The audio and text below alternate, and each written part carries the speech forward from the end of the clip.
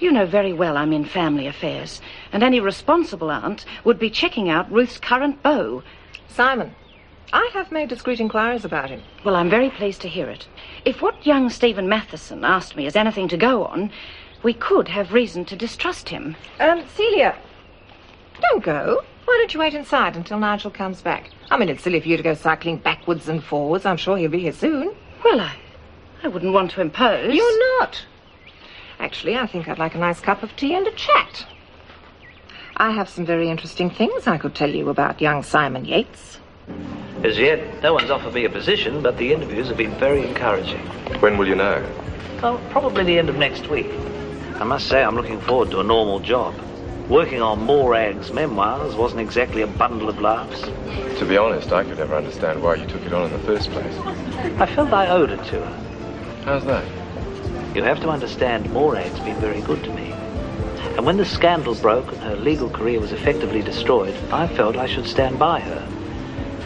I know she can be difficult and she's highly complicated, but working on her book has exercised a lot of her bitterness. Sounds like it'll be an interesting read. I wouldn't let it be published. I knew that when I started. No one wants it. Too controversial. If that manuscript ever became public, it'd sink half the power brokers in the state. You must have felt strange working on a book that'd never see the light of day. I saw it as therapy.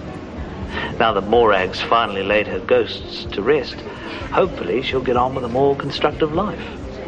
And you can relax with the 9-to-5 job. It'll be bliss. So Summer Bay gets a youth centre after all. Who'll be putting up the money? Council. They've promised me the princely sum of $100 per month. Oh, how generous. It's a start. What about Morag? I wouldn't touch her money, or any of her friends. Good on you. So where are you going to set up for $100 a month? They won't even buy the coffee.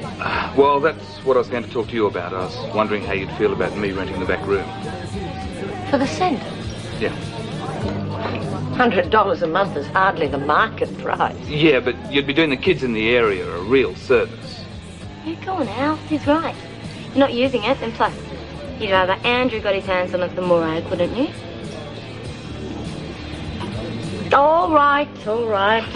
Thanks. So, when would you want to move in? Well, I'll do it right now if you don't mind. Thanks, Elsa. Andrew, can I talk to you just for a minute, please? Sure. Ruth. Anything else? You can have another coffee, please. It's about Simon. He's desperate to find a job. No one will give him a look in. I'm going to try and talk to Dad, but... What can I do? Well, if I can't win Dad round, can you possibly give him a job at the centre?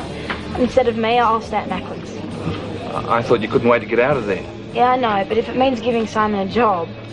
Well, if you're sure about it, I mean, I could do with some help, but I can't afford to pay her. I can't even afford to pay myself. No, keeping him busy is better than nothing. At least you'll be showing some support. All he's getting now is kicked in the guts. Yeah? Who by? Everybody. Stephen's even accusing him of burning down the store. Well, doesn't sound like Stephen. Here you go. Thank you. Why is he accusing Simon? Well, on the night it happened, we all went dancing in Abbey Creek. And Simon left early, and so Stephen automatically assumed that he bolted off to burn down the store. Did you leave the club with him? I stayed on with Frank. What the hell were you doing alone with Ruth? Hey, hang on a minute. Answer the question. Look, we didn't plan to be alone. It just happened. Oh, yeah, it just happened that you were alone with your ex-girlfriend at 2 o'clock in the morning. Yes. Look, if it was also innocent, why didn't you ever mention it? Well, because I knew you'd read all the wrong things into it, exactly like you're doing now. Bobby, there was nothing to it. We just talked. That's it? Look, believe me, I'm not going to go chasing women behind your back. I've got all I need right here. Yeah, but I'd still feel better if Simon stayed at the disco with you. Yeah, I bet Simon does too. Now he's got no alibi. You don't reckon he did burn the store, do you? Well, why would he? That's what I reckon. I mean, he hardly knows Celia. Well, if you ask me, Steve-O's gone over the top. He's going to make a big mess throwing mud like that around. Can I feed him? No, you got to do your homework. Oh, but I can do my homework later. You can do it now. You know what Pippa said? Can you get that? Oh, hello, Sally. Tom and Pippa at home? No, they went out for the night. Oh, how disappointing. Can I pass on a message? Well, it's not quite that simple. I had something rather important to tell them about that Simon Yates person. I feel it my duty to inform the community, for their own protection. Sal, feed Christopher. Well, why don't you tell me? Well, I don't think it's appropriate. Oh, if he's causing trouble, it concerns all of us. Well, I'm a member of the community too. Well, you know that he has a criminal record. Long as his arm, from what I've heard. Oh, the number of convictions, that doesn't worry me. It's the type.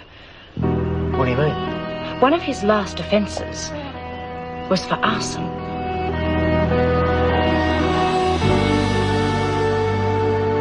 Al? Al?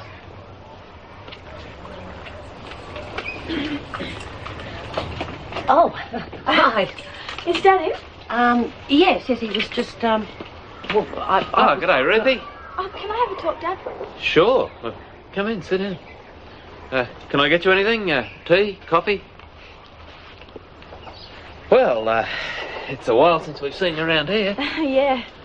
You didn't come round to tell us you want to move back? No. I came to ask a favour about Simon. Huh. Go on. You sacked him from the diner because he'd been in prison, right? Yeah? He didn't have to tell you that, did he? Oh, don't be sucked in by ex-cons, love. No, listen. Simon's trying to go straight. He had a really rough time in prison. That's what they all say. Dad, it's true. You don't know the full story. He's a really nice guy. I know he's done a few things he shouldn't have, but he's changed, and all he wants now is a chance to make up for that. What do you want me to do? I want you to give him a job at the store. I know you need someone, and Simon would work harder than anyone. He's got more reason to. Well?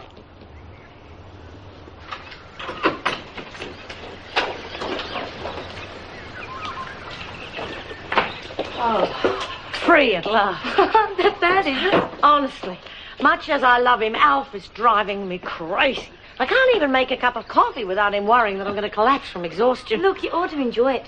Most wives complain about too much work. I swear I never will again. So, how come he let you out? He didn't. I had to sneak out. Honest. Anyone seen Simon?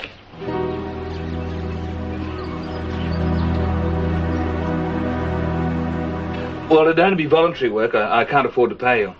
I suppose I keep in mind of things. Well, you never know. You might even enjoy it. I just don't want you to feel that I'm forcing you, that's all. You aren't.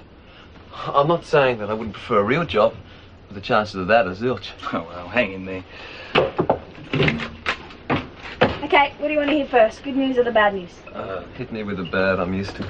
Well, you're going to have to do without Simon's services at the youth centre. You mean? I found you a job. Where? Dad's store. Start tomorrow morning. You beauty!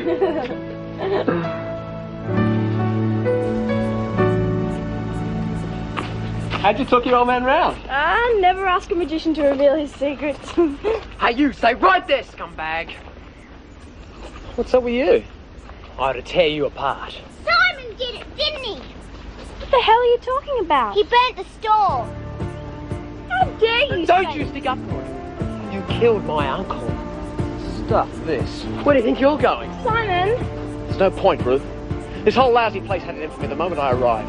I've had a gutful. Running away won't help you. You'll find some other sucker to set up. Don't kid yourself. You're a murderer. Stephen, shut up! You can hide wherever you like. Don't now, you.